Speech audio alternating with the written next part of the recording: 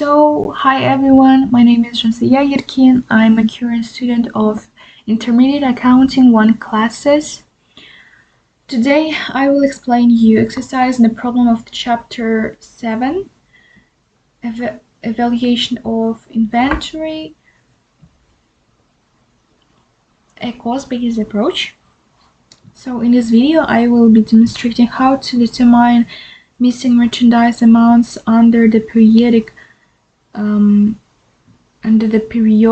inventory system using Excel. The problem we will solve now is exercise 7.5. So let's have a look. The problem presents income statement data for the years 2024, 2025, and 2026, where two or more amounts are missing in each year, as we see. Our goal is to use the given information to fill in the missing values, including net sales, purchases, ending inventory, and the cost of goods sold by applying the correct accounting formulas. Here's the formulas that I've put. So let's start with the year 2024. So there is the missing information of net sales, ending inventory, and purchases. So let's start with the net sales. To find the net sales, we should minus the sales revenue from the sales returns and allowances. Here's the amount. So yeah, we find the net sales. It's 284,000. So, and now we need to find the ending inventory and the purchases. As we see, the beginning inventory of the year 2025 is 32,000 pounds. As we know that the beginning of the 2025, it was the amount of the ending inventory of the year 2024. So we put this amount to the ending inventory of 2024. So we find the ending inventory, and now we need to find the purchases. So here's the formulas that we include. Firstly, we need to find the net purchases. How we find them? We find them with the COGS. COGS is beginning inventory plus net purchases minus ending inventory. As we have the COGS beginning inventory and ending inventory, we can find the net purchases. So this amount plus into the brackets and the beginning inventory. So yeah, we find the net purchases. Now we can find the purchases. So there is the formula: net purchases freight in minus returns in allowance. Okay, so we minus this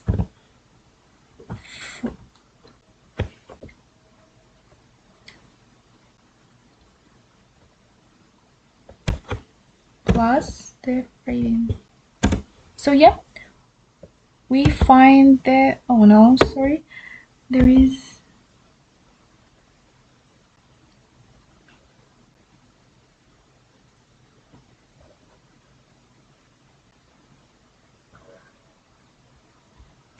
there is a mistake.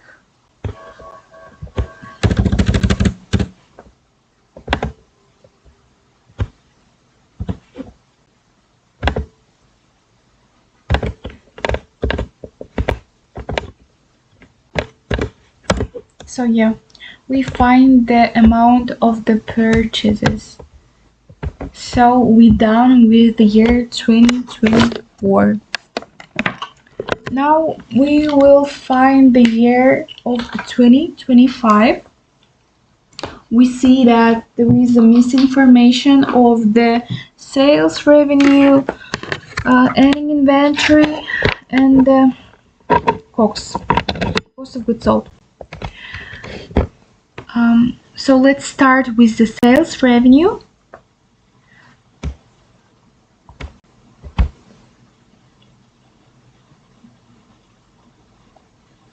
So yeah, how we find the sales revenue? We see the formula for the net sales. So we can use this, just plus the net sales with the sales returns of the allowance, and we find the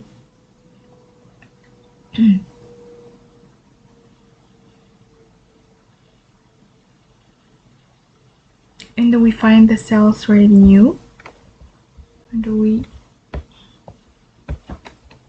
so okay, yeah. So we find the sales revenue there, and then we need to find the COGS, cost of goods sold. Here's the formula. Cost of goods sold is gross profit is net sales minus cost of goods sold. So to find the cost of goods sold, we bring the net sales minus gross profit on sales. So yeah, here's our cost of goods sold.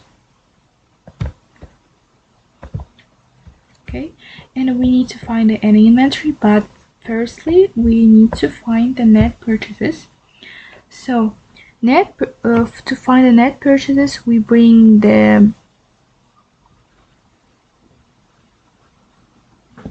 purchases, freight in, and the purchase returns and allowance. So here's the purchase minus plus freight in and the minus purchase of returns and allowance. So here's the amount of the net purchases.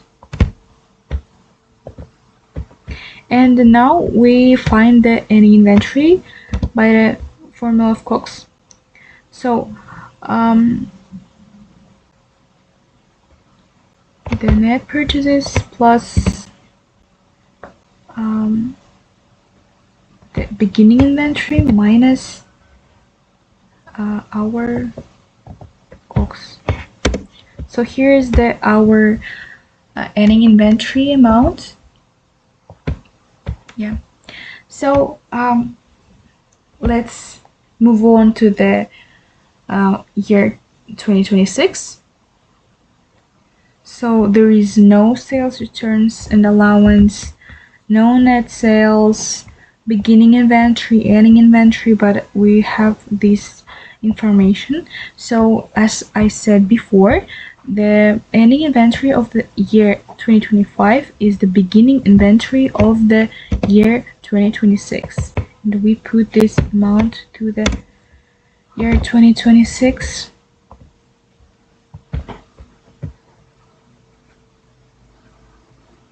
So we need to find the net sales. We know that the gross profit is net sales minus COGS. So 97,000 plus the COGS is 400,000. It's our net sales. So we can find the sales returns and allowance by this formula: net sales revenue minus sales returns and allowance. Bring the sales revenue minus the net sales. So here's the 10,000 is the amount of net sales returns and allowances. So we need to find the net purchases of the year 2026. So to find the net purchases, we need purchases, freight in, and the purchase return and allowances. Here's the net purchases. Okay, this amount plus freight in minus purchases and the returns allowances. So this is the amount of net purchases of the year 2026. So now we can find the amount of the ending inventory of the year 2026. So we bring this net purchases plus beginning inventory minus costs. So it's the ending inventory amount, £34,000. So we've done with our table and our exercise 7.5.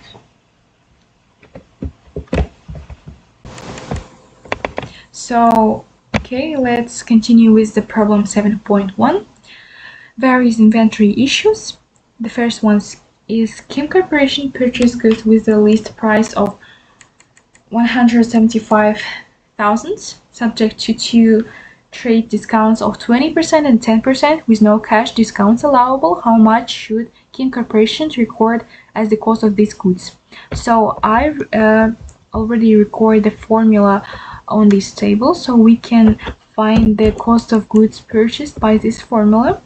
So we have the list price multiplied the trade discount, so we should minus from the one, multiplied it the second as the same first one. So yeah, here is the amount of the cost of goods purchased for the Kim Corporation. The second, so we find the two relevant items for the Kaler's company. There was a physical count for the inventory for 1,100,000. So there was the goods shipped from the shipping point on 24th of December at 2025.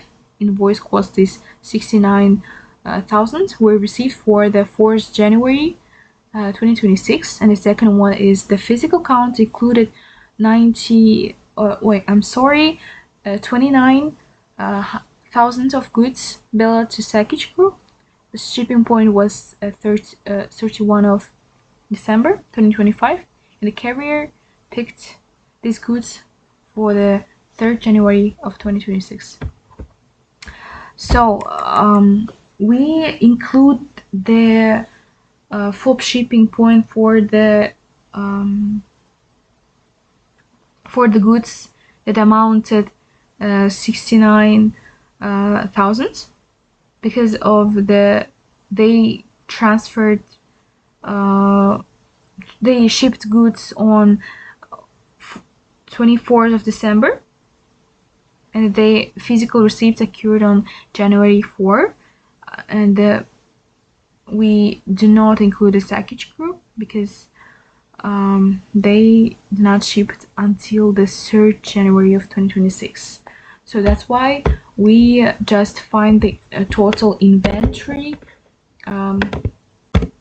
amount by plussing them, the beginning inventory with the goods on transit. So it will be 1,169,000 euros. So the Zimmerman company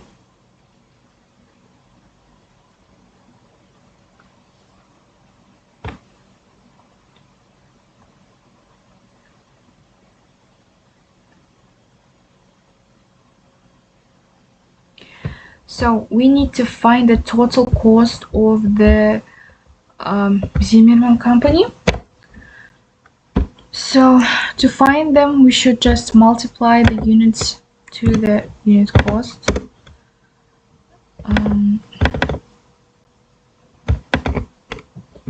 Okay.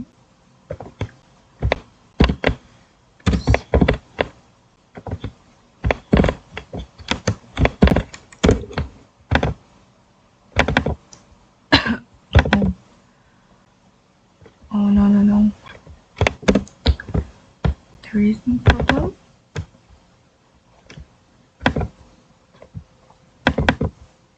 Okay. So yeah, we find the total cost for the units. So, and the total units will be we sum them. Okay, and we sum them also.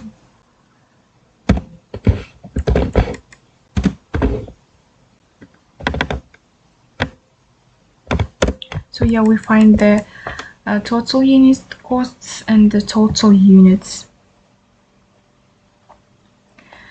And we had units on hand. It was 2000. And now we find the FIFO ending inventory and average cost ending inventory. So FIFO inventory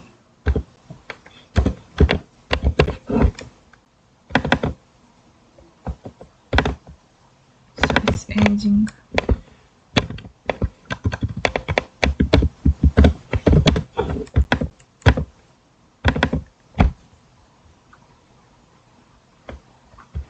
So yeah.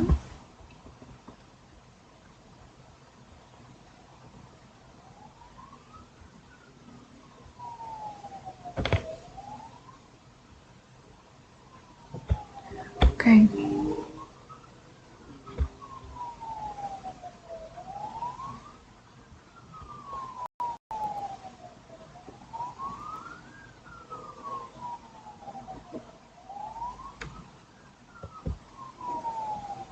So we just plus the amount of the May 26th and the plus, oh sorry, can just do like this, plus the units from the May 17th,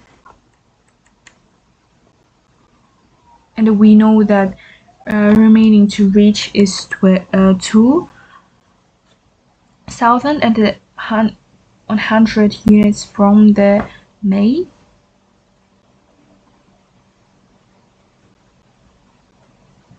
It will be okay 23, guess, yeah. So it will be 47,000 euros for FIFO ending inventory. And the weighted average cost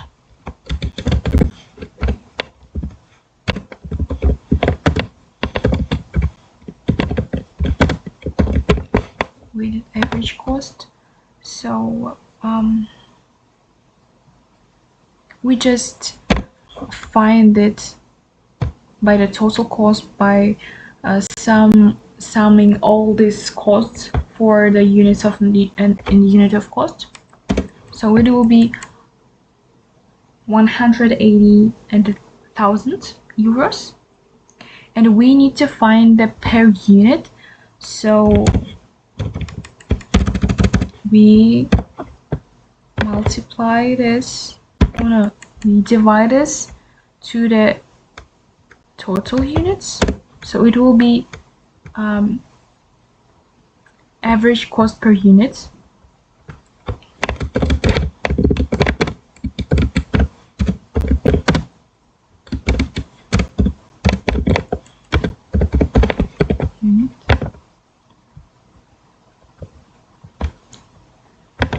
And the any inventory, we should find the any inventory. So this amount multiplied by the units on hand, it will be 45,000 euros for the any inventory of the weighted average cost. So now we will solve the course, Donovan retail store chain had the following information in its general ledger for the year 2025. So we need to find the total cost of inventory purchased for 2025. So we include in inventory the merchandise purchased for resale, interest on notes payable on vendors we do not include, because generally interest is treated as financing cost and not included in inventory cost, unless the interest is borrowing cost that directly attributable to the acquisition of qualifying asset, and the capitalization is required for them. So that's why we treat it as interest expense, and we don't include it as in the inventory. The purchase return we include, trade in we include, cash discounts on purchase we include, and the freight out delivery expense as its expense we do not include in inventory. So here's the items, and I write the amounts. So I write the amount of merchandise purchased, then purchase returns. We minus them. It's reduce the purchases. Then cash discounts. Also, I reduce them of the cost of inventory, and the freight in. I will add them to the amount of the inventory. So to find this, I just sum them, the amount, and to find the total inventory cost for the company. So that's all. Thank you for watching. I hope that it will be interesting and helps you in the future. Bye.